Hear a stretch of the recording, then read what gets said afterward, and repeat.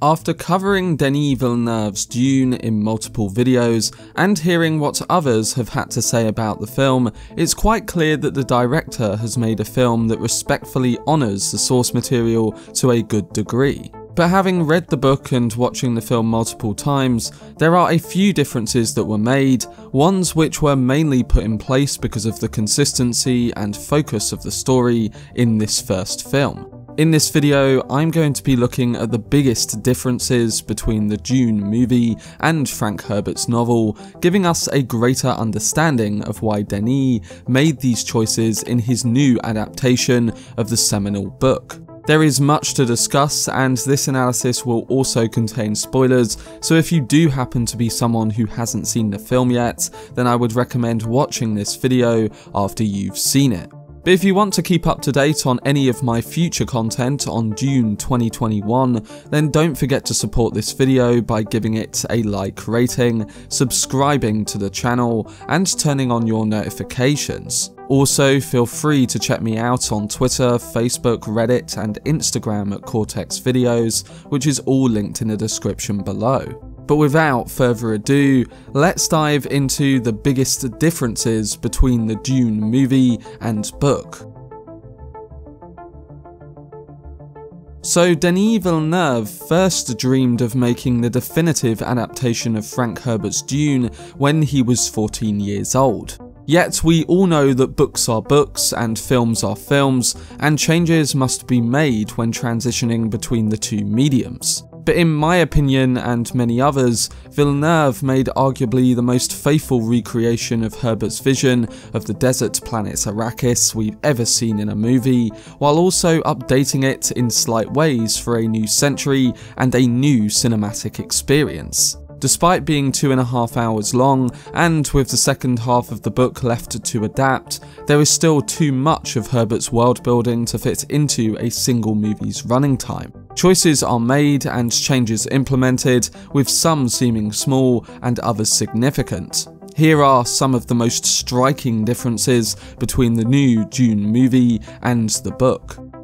To begin with, the film depicts a lot of the information and details from the book in a visual rather than in an expository manner, and also by adding completely new scenes that perfectly fit the story and world of Dune in a cinematic medium. While David Lynch's Dune in 1984 followed the book's dialogue more closely and resorted to voice-over narration from each character in order to deliver information to the viewer, Denis Villeneuve has created a much more visual film adaptation of Dune that is very true to the book and makes the book even more interesting to read for non-readers who have seen the film. It is just how I personally imagined the planet Arrakis, Paul, and a lot of the characters on screen.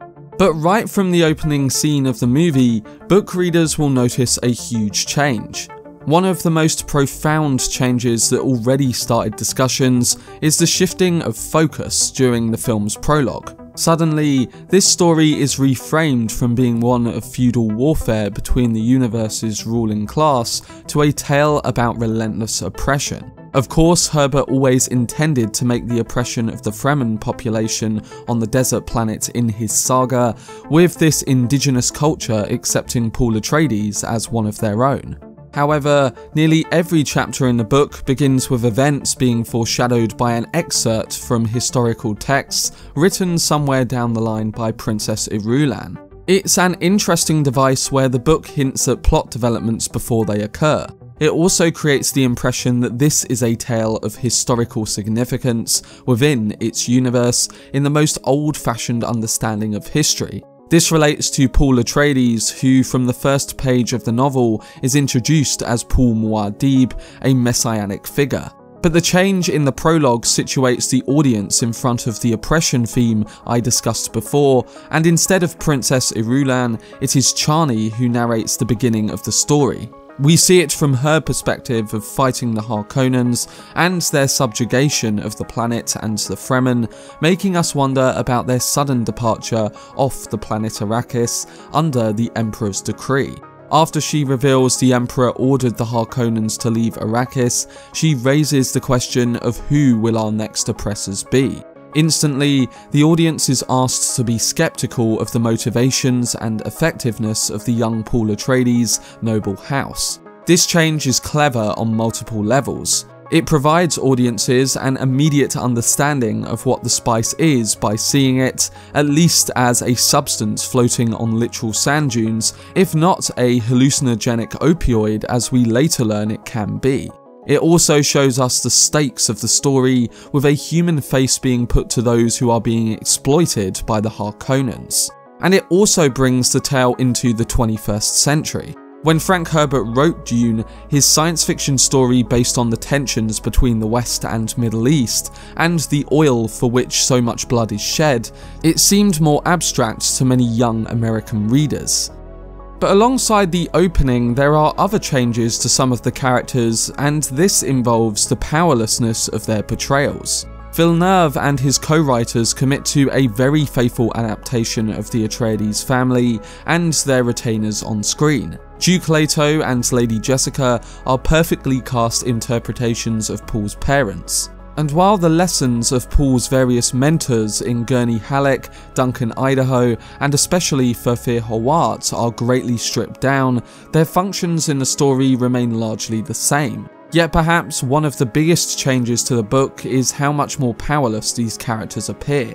While readers know almost immediately that Duke Leto is doomed before he ever sets foot on Arrakis, both he and his son take bold steps to counteract the Harkonnen movements that they're keenly aware of. But in the movie, Duke Leto and his most loyal men look more oblivious to the threats they've walked into.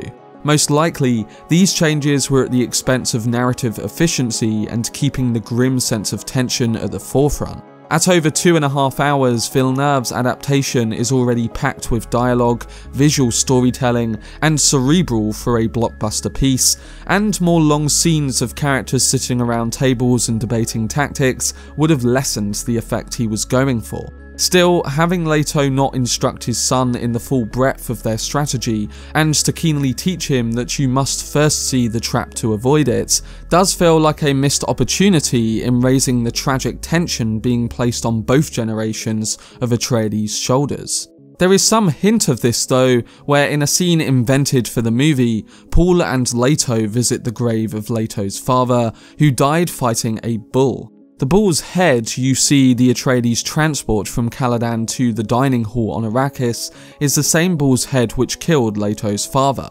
On the page, Leto clearly states to Paul he knows they're entering a trap, but he's also aware that the Atreides, like all the other great houses, are vulnerable to the Emperor's power because of the allegedly unbeatable nature of the Sardaukar. And it's occurred to Leto and his mentat that the Fremen are born and raised in a setting on Arrakis just as violent and rigorous as the Emperor's brainwashing centres on Salusa Secundus. Leto is gambling he can recruit the Fremen to fight the Sardaukar and Harkonnens before any major moves are made against his family in the years to come. All of these more detailed elements in the book are glossed over in the movie, and it leads to the development of Leto, Paul, and Ferfir successfully scheming a retribution against the assassination attempt on Paul's life by bombing one of the Baron's spice reserves. The success of this mission gives fleeting hope in the book that the Atreides aren't doomed. But of course, for the sake of the narrative in this film, all of these elements are removed, as are interesting world-building exercises on the non-Fremen side of Arrakis, such as Paul being forced to play host at his father's party. It also leads to the removal of an intriguing subplot which involves Lady Jessica, as she's framed by the Baron as a traitor in order to throw off suspicion on Dr. Yueh. And speaking of Jessica, her second-class status among the Atreides household and as a Bene Gesserit feels like one of the several changes made in order to correct some of the dated social mores of the novel.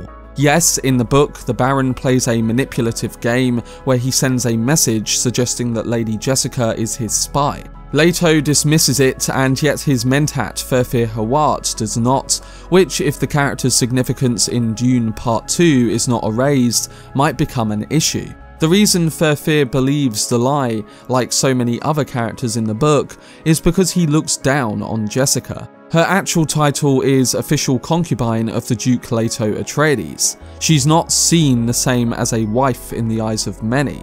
Without this, she is viewed by some, including Ferfir, as at best a servant and at worst a disloyal witch and spy. While there is some acknowledgement of the Duke's cold political machinations towards their relationship in the film, with Leto admitting to Jessica that he should have married her right before he dies, which in the book he only tells Paul that, her subordinate status as an unmarried concubine is largely removed. But then, by and large, Villeneuve's take avoids most of these kind of elements, including other bits with Jessica and the Bene Gesserit.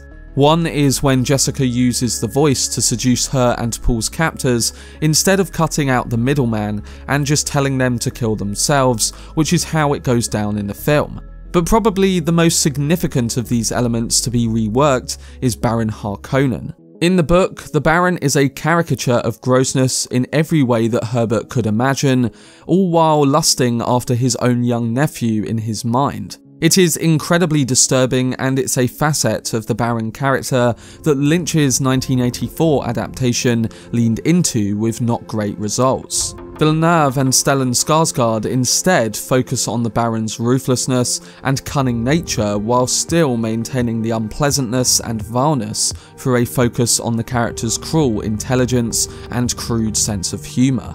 Another character that has a few changes from page to screen is Sharon Duncan-Brewster's Liet Kynes. Liet Kynes is of course a woman in the film and a man in the book, but the actress does a great job with this new portrayal of the character. There's no Kynes' secret ecological room in the palace, and no development of that part of the story, and Dr. Kynes might be of a different gender and complexion in the film, but she is still a faithful and accurate translation of this character from what we know.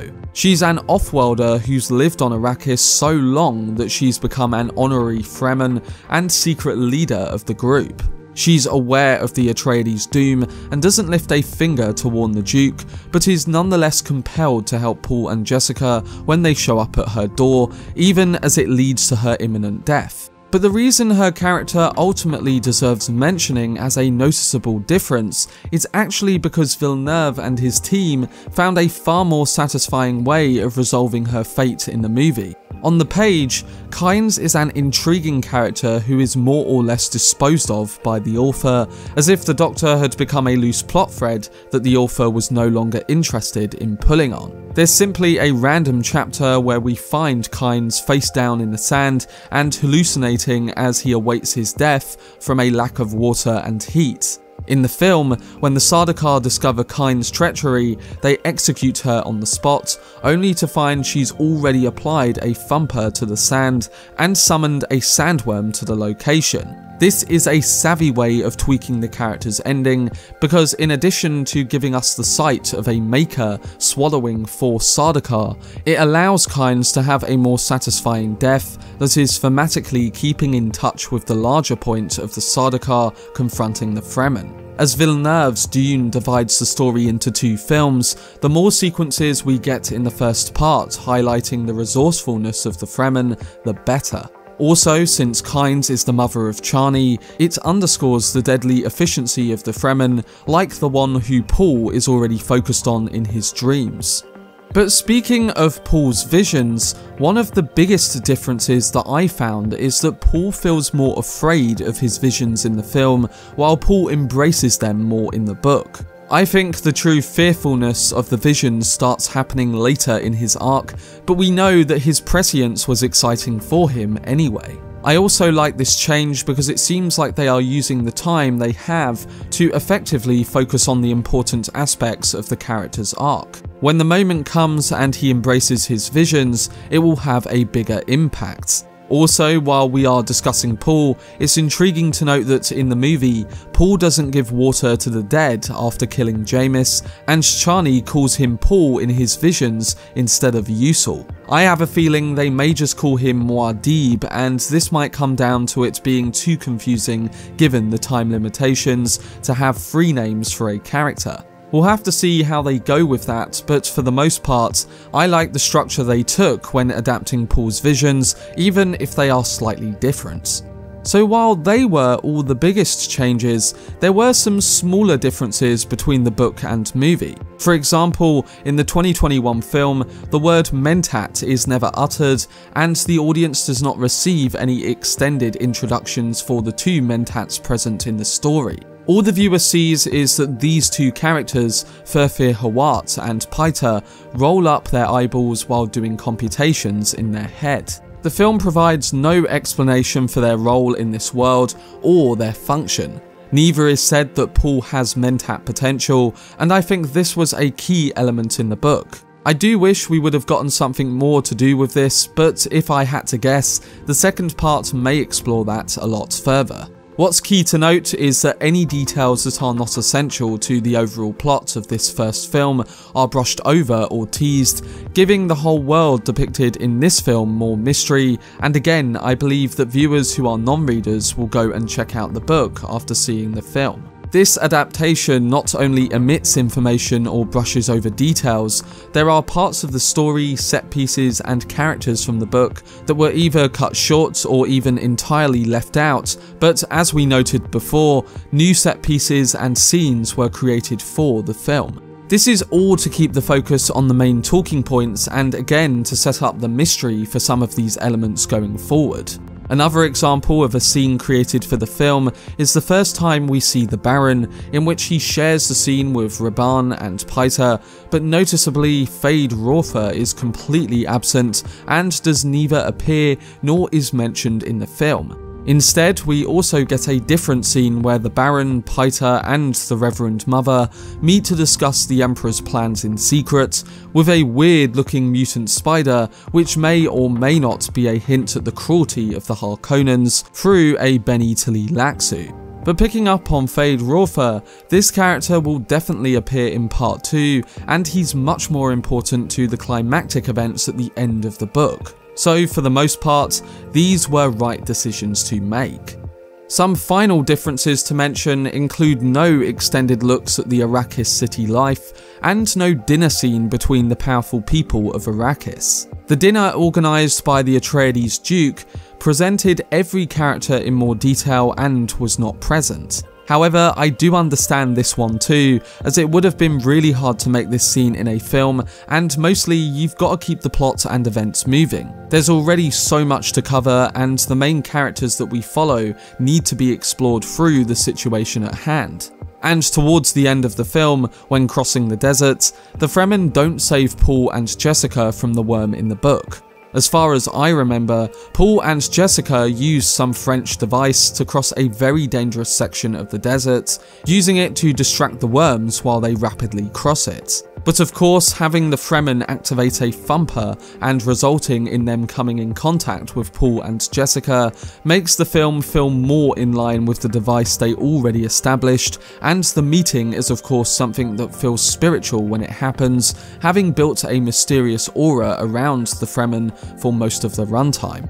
And the final difference is that there is no Butlerian Jihad context. The Butlerian Jihad is something that explains why the universe of Dune is like it is, and while I think they could have included this at the beginning of the movie, it makes the visual world building more intriguing to watch again, and quite frankly, it's something that non-readers can find out if they read the book after seeing the movie. So what is the main reason behind these changes? Well, they had to strike a balance between time constraints for a movie and character development, and hence decided to focus more on Paul rather than the other characters like Gurney and the Harkonnens, a luxury which only literature or TV shows can afford. This movie is about Paul trying to grasp a concept while at the same time exploring his surroundings. As the film begins to focus on following Paul and Jessica, there are no other contact points. Those are people far away. In fact, the isolation Denis Villeneuve presents shows very well why there is nowhere to run but the desert. The focus on the two characters with the occasional appearance of the Baron showed very well what the film was about and managed to build a story arc which gave the movie an ending. While there are a small number of things that I would have included, these do not hurt the movie nor the plot that is visually conveyed to the audience, and with Dune being such a hard novel to adapt, I think this is the perfect adaptation of it, and hopefully Part 2 and maybe even Dune Messiah will continue this success with even more details adapted. But that was my video discussing the main differences between Dune 2021 and Frank Herbert's novel. What do you think of the changes that director Denis Villeneuve made with his adaptation, and what are some of the other differences that you picked out? Let me know your thoughts down below in the comment section, alongside your overall reaction to the film. For more breakdown videos on Denis Villeneuve's Dune, then subscribe to the channel and turn on your notifications. Also, if you enjoyed this video, remember to leave a like rating and follow me on social media via the links in the description. But anyway, I hope you guys enjoyed it. I've been Cortex, and as always, make some noise.